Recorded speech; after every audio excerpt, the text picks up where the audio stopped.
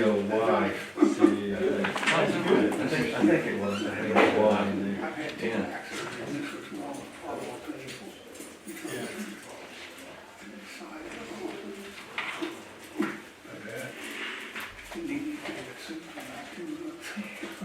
Oh, yeah? There he is. We were We're waiting. waiting. Y'all waiting for me? Yeah, we were waiting on you. Randy's back, we can start now. But I'm good shape.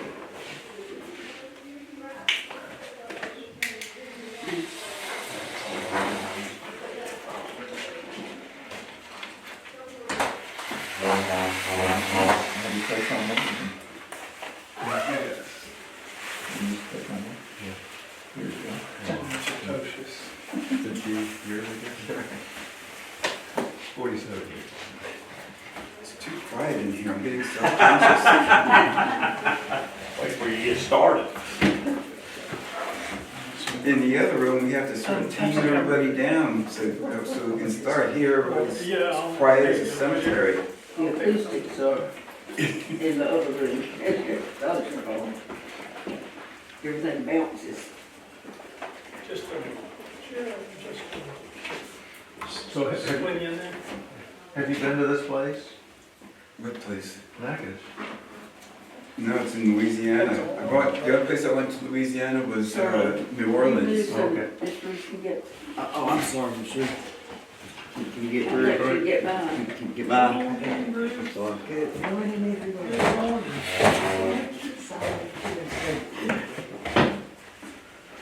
Sorry, I didn't know you were behind me. Natchitoches. So there's Natchitoches, Texas. Right, isn't that Natchitoches? No, that's Natchitoches, Louisiana. Natchez. Natchitoches. There's a Christmas festival that they have there every year. And it's the oldest community-based Christmas celebration in America, which, looking it up, makes me want to go. This couple was driving down the road, and they're arguing with each other how to pronounce it, because you see all the street signs. So they saw it was 30 miles away and 25 miles away. And the closer they're getting, the more the volume of their argument is increasing. So he said, what are we going to do? We're going to pull into a restaurant and we're going to ask somebody there how to pronounce the name. So they pull into the restaurant and the guy goes up to the waitress and says, before we give you our order, could you please tell us how to pronounce where we are? She gets a big smile on her face and her eyes light up and she leans forward and goes, Burger King.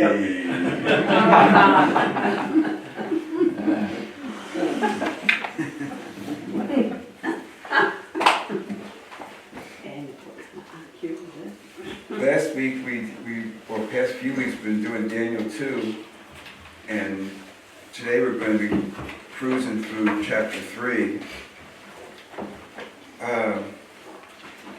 You remember how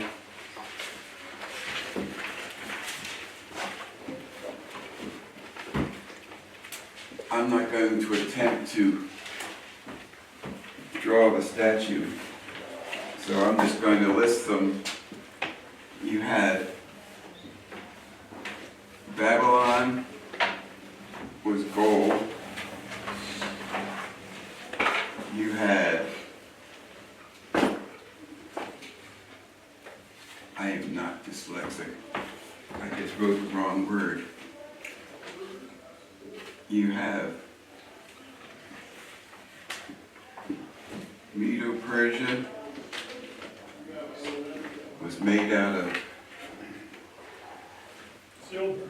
silver. You had, I'm even worse at writing than I am at drawing. Greece was made out of bronze, and in Rome was made out of iron, and clay. So, as King Tsar, he gets the notion that the statue toppled because of the iron and the clay. So what he decides is he's going to get rid of all these ones. And he's going to have a statue made just for him.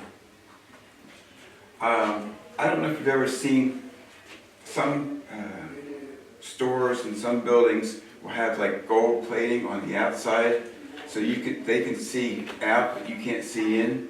Well, the sun hits it and it glistens and it gleams. So he's thinking to himself, if he makes a statue of gold, even if it's gold plated, everybody's going to be talking about him, and he's going to be so great. I have to get into the book, so we don't think that you brought the book for nothing. He builds a statue, and it's 90 feet tall and 9 feet wide. So my house is 2 stories. So this one's going to be 9 stories tall, which would make my house on top of that, on top of that, on top of that. So that statue could be seen for miles around. But it has to, because he's got a ego that matches it. Now, if you look on page 41, let me see, it would be the first paragraph and the last sentence. It says, the instruments were the cornet, the flute, the harp, the sackbut, the psaltery, and the dulcimer. If you have a NIV, it says pipes instead of a dulcimer. Now, Dr. Boyce preached almost exclusively with the NIV.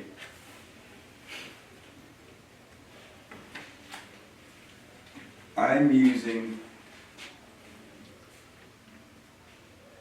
the New American Standard. I'll put KJV.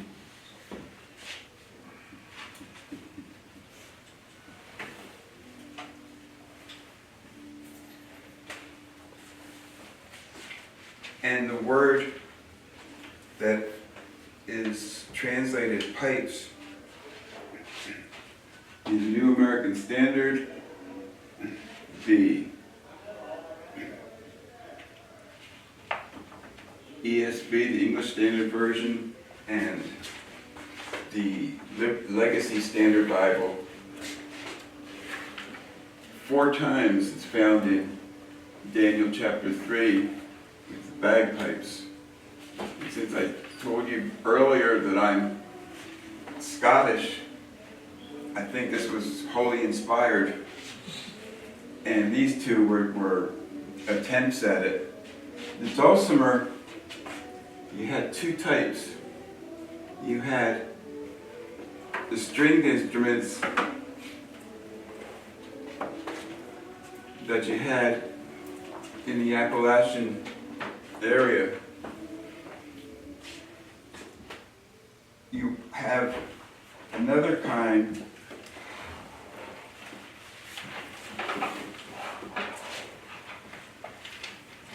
that has reeds and a goatskin bag, which led the editors to make it bagpipes. And I thought that was really great. No banjo in there anywhere, huh? No, Well, actually, if you want to fit the banjo in there, you could probably say it's an oversized lyre. Lyre. Kind of thinking, I would like to see a banjo back in Bible times. I love the banjo. Can we back up just a little bit, Bob? I mean, what chapter are we in the study guide? Are we in 5? Yeah. Okay, you just said 3 earlier, everyone. No, that ain't right. No, No, we're in chapter 3 of Daniel. Chapter 3 of Daniel, but in the book, In the books. we're in in the book, chapter. we're in chapter 5. Yeah. I was a little confused by that, leaping back and forth.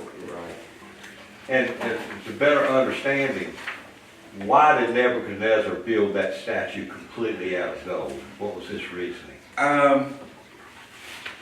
There's a sort of divided thought whether it was solid gold Or plated? or plated gold. But Nebuchadnezzar, if you read in chapter 2, in chapter 3, and let me double check, chapter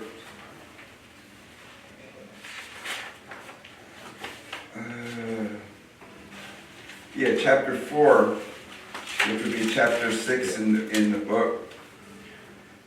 Each of those chapters, 2, 3, and 4, manifest his pride. In chapter 2, he has the dream, and dreams are usually something that your conscience is showing on a screen of your brain. Chapter 3, he decides to build a gold statue in his honor.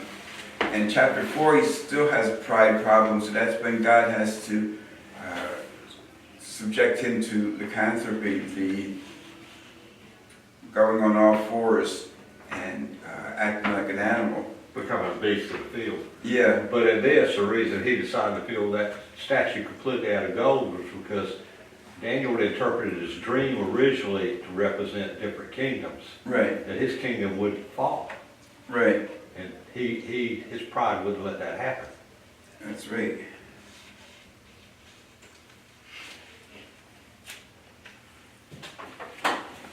Now, because it's Christmas, I'm going to confess something. I have a hard time with people who want to teach through the Bible and they ignore holidays and they skip over it. So I'm kind of like, Daniel chapter 5 is not really getting me into the holiday ho-ho-ho spirit. So, I have lots of statues in my house. I have lots of statues around my house. But do you worship them? yeah. But Daniel chapter 3, if you want to have Christmas, you have a similar thing in Matthew chapter 2, when you have the story of King Herod. And King Herod had a problem with pride. With kings, you're always worried about the wine tester and the baker because they want to know if you're going to try to bump you off. So Herod doesn't want to get replaced. So you have the wise men coming from the east, and they all ask him, where can we find the king of the Jews? So verse 4 says, in gathering together all the chief priests, actually verse 3 as you go. When Herod the king heard this, he was troubled. And I looked up the word for troubled. And I try to make things as simple as possible. Not to downplay anybody, but if I can't think of it, how am I ever going to communicate it?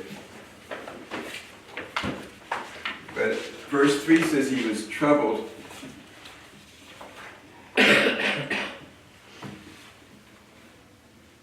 It's the word tarasso.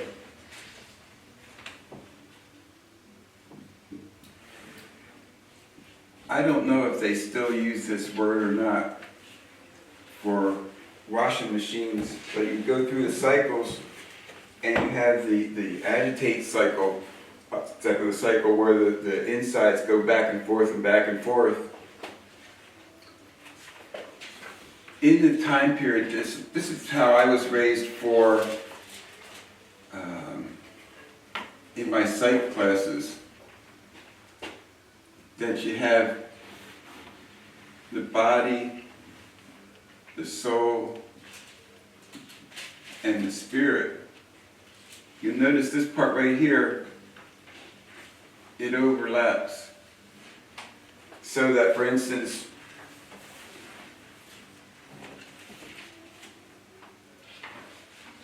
I was just sharing a story about when I was first diagnosed with cancer. They wanted to do a biopsy to determine it, and they had to get a biopsy in your hip, right about here.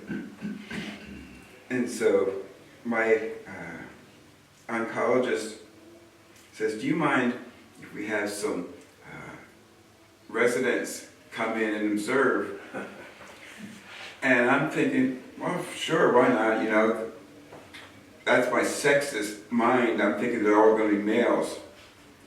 So you have female residents coming in, and you have female nurses coming in, and the nursing station is in the center, and the door's swinging back and forth, and I'm there on my haunches with my derriere exposed to the world. And when I get embarrassed, my face gets all beet red. And so I'm thinking to myself, if everybody's seeing my bottom, probably my other cheeks were starting to blush. And it doesn't help when a nurse comes in and says, well, if you've seen one, you've seen them all. Because everybody wants to feel that they're special. So Herod, what does he do to calm the agitation? He kills all the male babies 2 years old and under.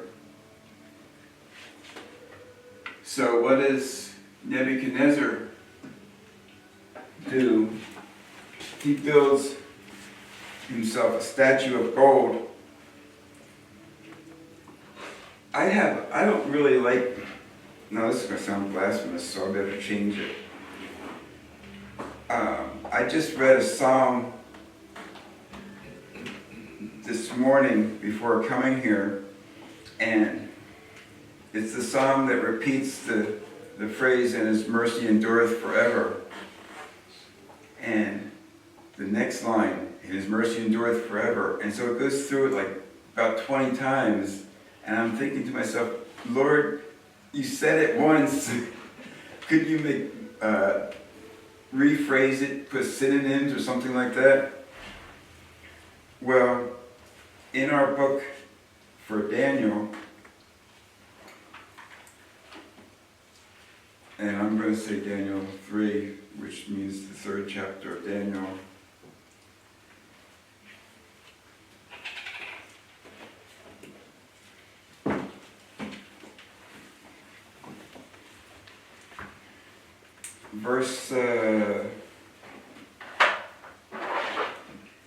Verse 5 says, the sound of the horn, flute, lyre, trigon, psaltery, bagpipe, and all kinds of musical instruments. There you go. That's where you put the banjo in, and all kinds of musical instruments. Okay. And then verse 7, the sound of the horn, flute, lyre, trigon, psaltery, bagpipe, and all kinds of instruments. And then he says it again in verse 10, the sound of the horn, flute, lyre, trigon, psaltery, and bagpipe, and all kinds of musical instruments. And he interrogates Shadrach, Meshach, and Abednego, and he says, if you hear the sound of the horn, flute, lyre, trigon, psaltery, and bagpipe. So it's like 4 times in scripture, and I know he's talking to different people each time, but when I was a kid, I got to thinking, God, couldn't you have just like said it once and that was it? Now on page 43 of our book,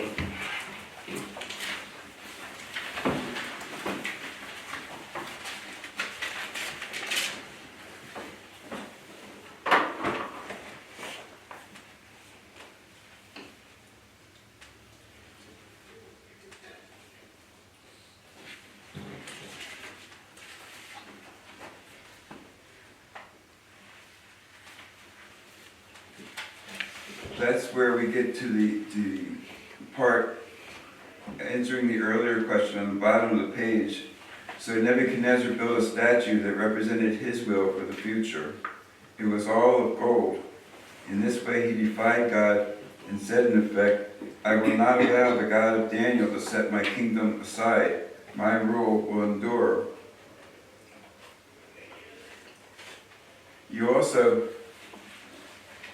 when I was a kid, I thought all adults, they became really polite and wisdom and intelligence and everything like that.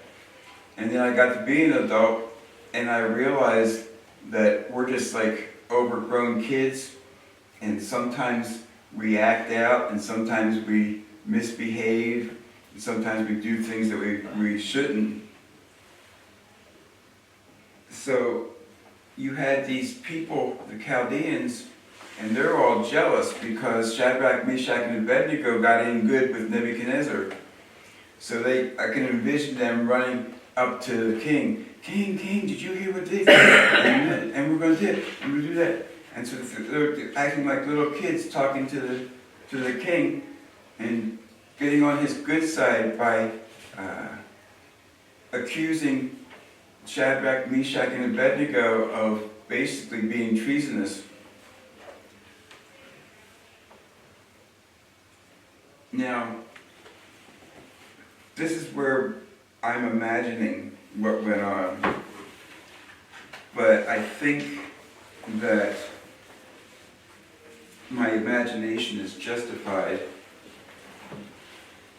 and that's when we get to the idea of the fiery furnace.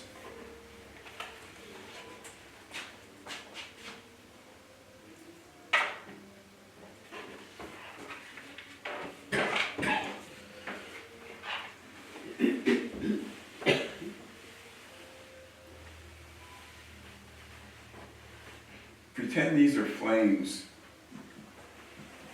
They're not water drops. Now, Nebuchadnezzar gives Nebuchadnezzar gives Shadrach, Meshach, and Abednego one last chance. And they say to the king that our God is able to deliver. But if not, this is where people get hung up.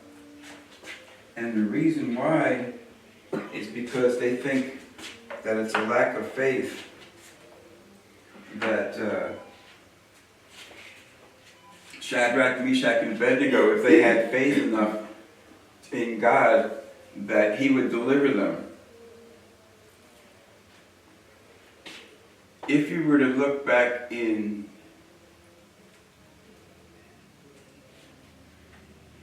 Exodus, when they crossed the Red Sea, remember how they got to the edge of the Red Sea and Moses parted the waters, and they were able to walk through on dry ground. Well, you had in Joshua, they were told to cross the Jordan,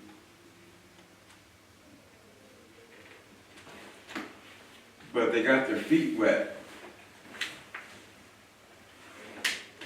And that's to show God sometimes delivers us from our trials, and sometimes He takes us through our trials. Once they got up to this point, then God parts the waters and they go through on dry ground. My father worked in construction, and he developed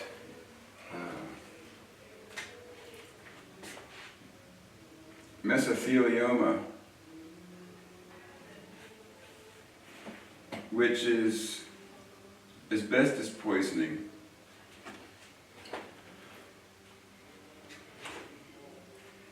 I was diagnosed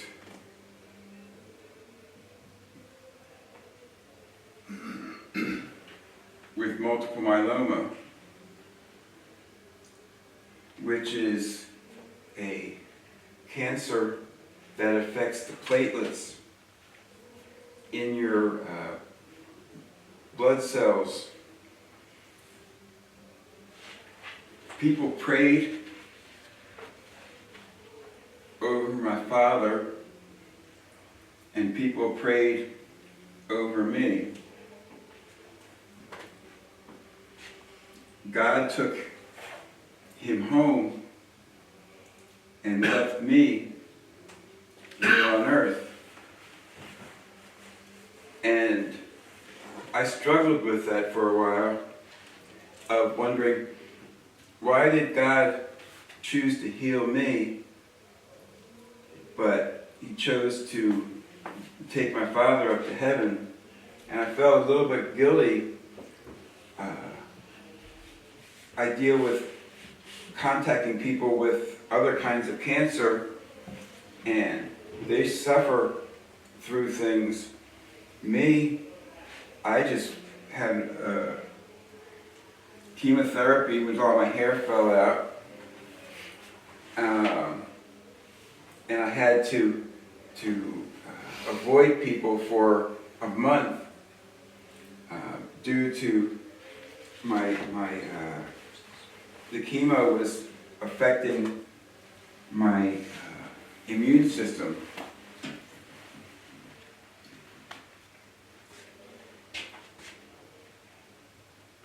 At our former church, well, let me put it this way, at the former of our former church, because we had two former churches,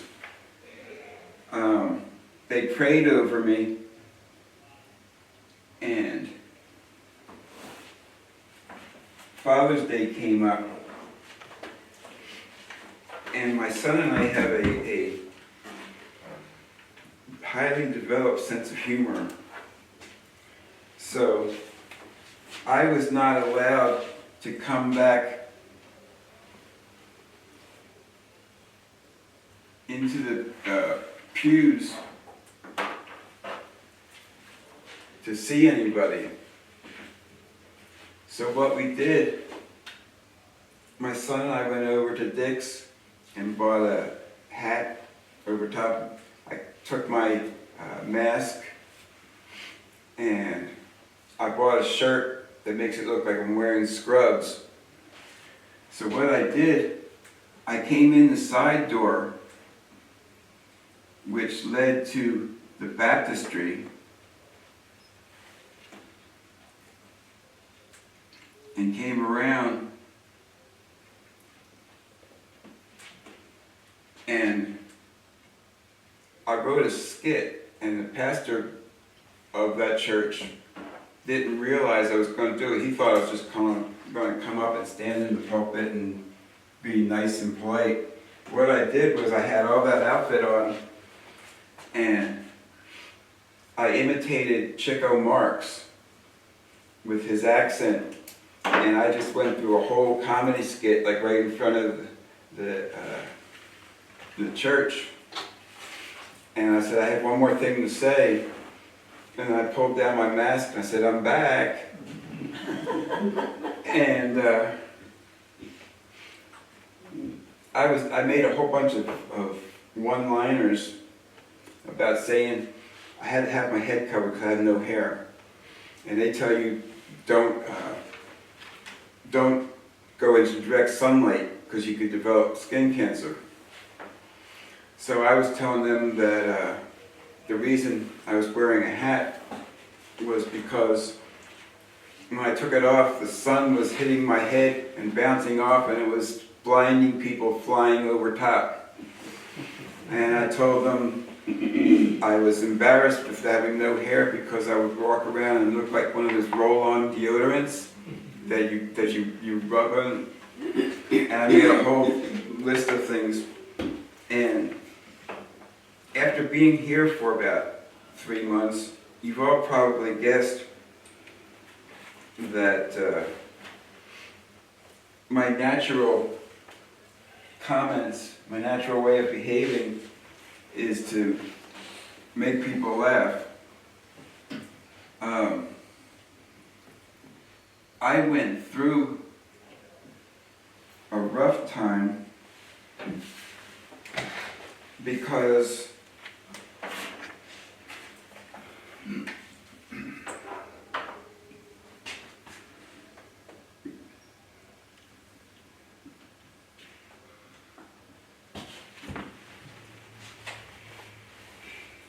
I had theologians that wrote books saying it's sacrilege to laugh in the pulpit or tell any kinds of funny stories or joke in the pulpit. And yet, I couldn't omit my gift that God had given me to be able to make up jokes and one-liners. And so I'm going back and forth. Well, one of the reasons why I love our pastor was he told me that if God has designed you to laugh, and yet you're a theologian, we just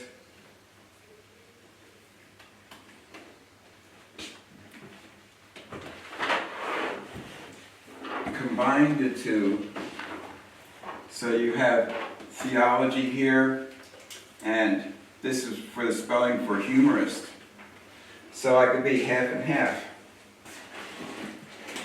I want to back up something. In Exodus, he said the Israelites did not, they got their feet wet. What did you mean by that? Because in No, in Exodus, they didn't get their feet wet. God parted the waters before they entered. But when Joshua was taking them across the Jordan, they walked into the water up to maybe like ankle depth. Oh, okay, I get that mixed up when you're talking. And that's when God parted the waters. That's when he stopped the flow of the river. Right. And it was actually the time of year when it was traditionally been a flood season. So it was even more magnificent what God did at that point with Joshua and his men that were crossing over. In the Red Sea incident, he made the ground dry. Yeah. So the wagons and everything could go right across. That's what the significance of that is. To what? The wind blew and dried the Right. sand, I guess. And it was a completely dry. But in the Jordan, it was not. It was not. But it made it where the men could cross over when it was flood stage. So And God's sovereign. I mean, it's the sovereignty of God in either case. You also had the people taking rocks from the bottom of the Jordan River, and again, because of my Scottish background, my college was initially Philadelphia College of Bible. That was the name given to it when it was started by C.I. Scofield, who did the Scofield Reference Bible. And then it became Philadelphia Biblical University. And now it's called Cairn University. A cairn is basically you take rocks and you pile them up so it forms a marker. And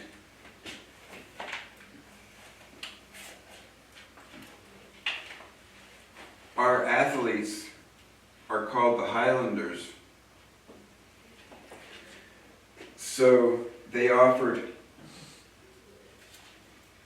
that if you wanted to get your degree with the new name of it, one time they would do it for free. And Scottish people are known for being frugal, and Jewish people are also known for being frugal.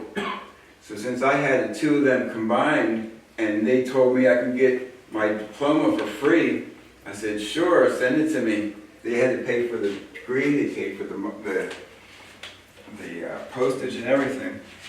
And I thought that was great. Looking back on page 45, bottom of the page.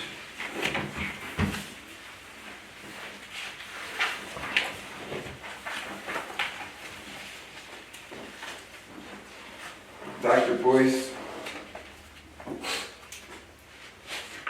said that there were three things that gave Shadrach, Meshach, and Abednego the strength to stand firm in the great test of their commitment. And the first one is the recognition to know that God is sovereign, which means He's got everything in control. Nothing can happen. I like that song, and I sang it one time a while back, the song of His Eye is on the Sparrow. And it talks about how I know He watches me.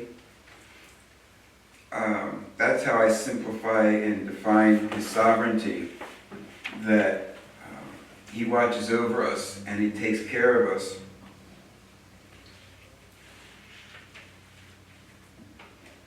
On the next page, page 46, it says that they knew the scriptures. Now, we don't know how old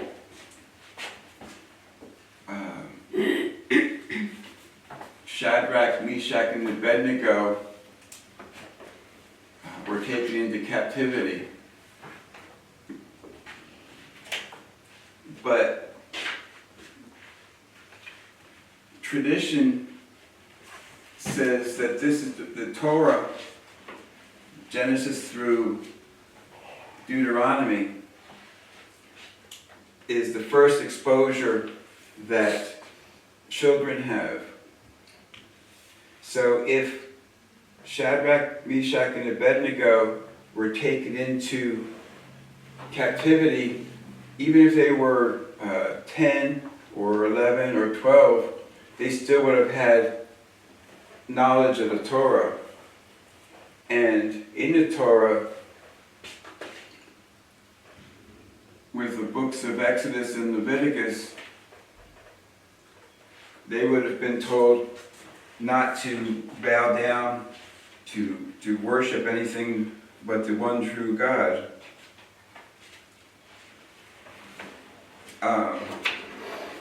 Dr. Boyce, I don't fault him, but he was typical of a lot of people.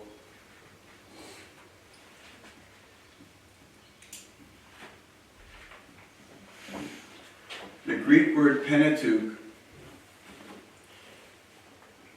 the prefix pena, like Pentagon, is 5, and the Teuch part is scrolls.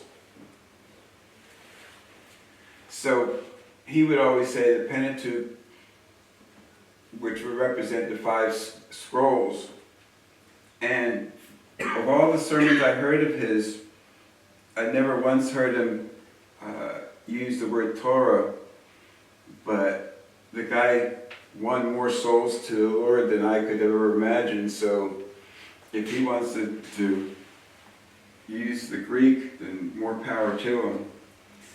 But the children, Shadrach, Meshach, and Abednego, would have at least had exposure to the Torah.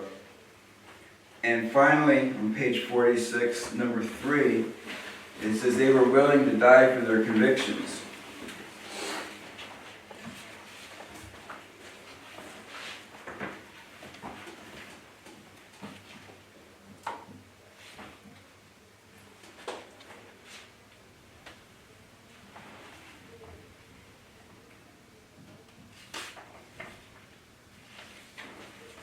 There's a difference between opinions and convictions. I taught a lesson at a former church asking the question, was Santa Claus the Antichrist? And I was not condemning the whole notion of Santa, but this again,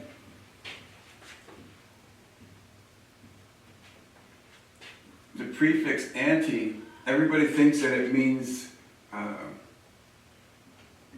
opposition.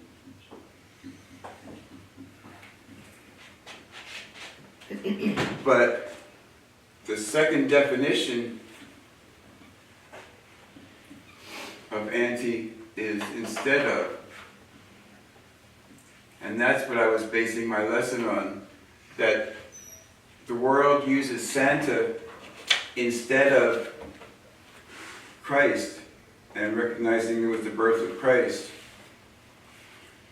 I hold to the idea that he was born in December. There are other people who believe that he was born in the fall. Those are opinions. I'm not willing to give my life on whether you should have Santa or not, whether you should have Halloween or what have you. If I was going to be thrown into a fiery furnace, I said, yeah, I believe in Santa Claus, and I believe in that, because I'm not going to wind up becoming roasted for an opinion. But these men had convictions. Convictions are unwavering. Convictions are things like, thou shalt love the Lord thy God with all thy heart, thy mind, thy soul, and thy strength. That's a conviction. These can waver, but these hold fast. It was their conviction that their God was able to deliver them. But if not, then they would not bow down to the statue. Now, I'm right over here. Getting back to the furnace, one thing that I learned, or one thought that came to mind over the past week,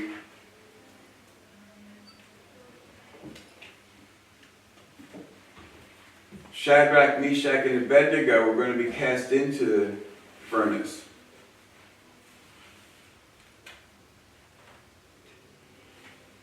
Now, when Nebuchadnezzar comments, he said, didn't we throw 3 men in? And everybody said, yes.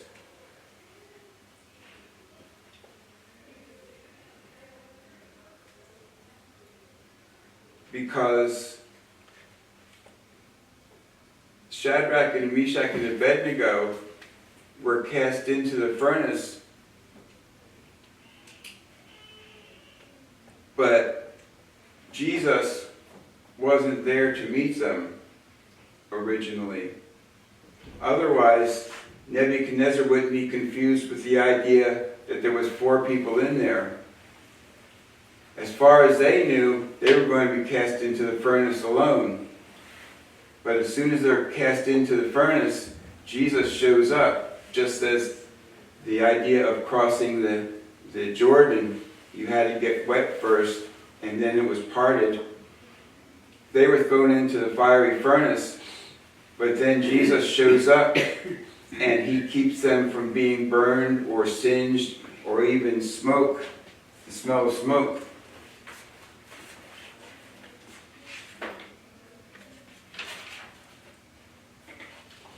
And since I've hit a blank page, that must mean that I'm done.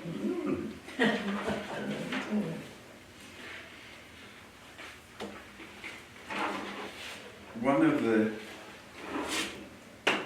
challenges of getting treated for the cancer was that before I could have a stem cell transplant, I had to have some teeth removed. And so to keep on schedule, I had to have,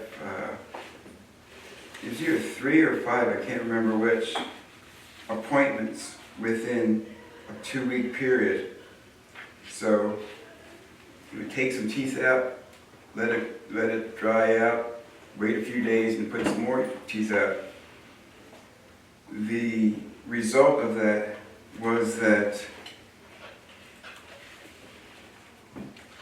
I get sometimes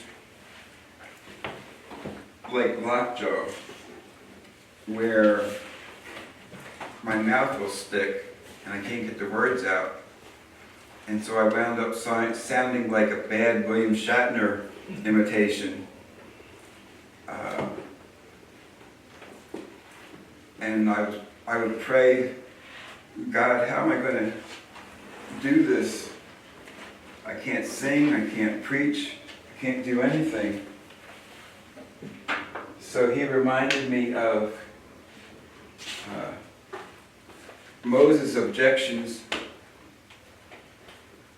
that says I can't talk and I can't do this, I can't do that.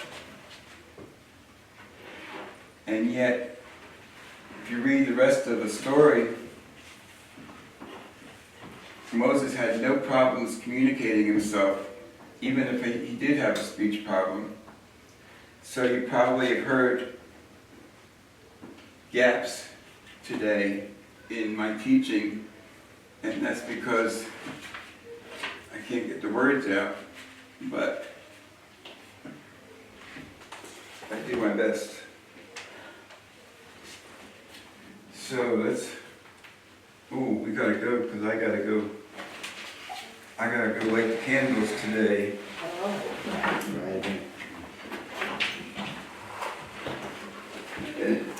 I attended a Lutheran church a long time ago, and you have this white gown on, and you're supposed to go down the center aisle and light the candles. The gown was longer than me, and I was wondering why I'm walking down the center aisle and people are starting to move their chairs away as if I'm going to trip and fall and light them instead of the candles. That was the one and only time they let me light the candles. I don't know why.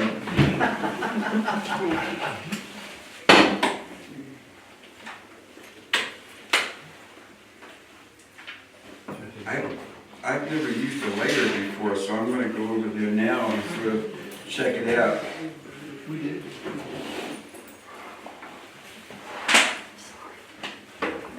So I hope everybody's prayed up just in case I say the church. Okay, next week, next lesson, next chapter in the book. Next chapter in Daniel, next chapter in the book. Well, no, let's see. I think, We hit Daniel 4 next week. one of them we do, Daniel 4 and the next chapter in the book. Which This will is a be, divided chapter. in the book, in our study guide will be chapter 6. Yes, Right. and it's a divided chapter. We'll be on that in a couple of weeks.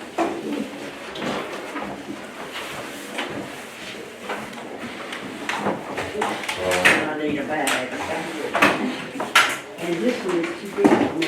If I fill up whatever, I know, that's what I'm calling my pocket, there's too much in it. Me too. Heavy. Yeah.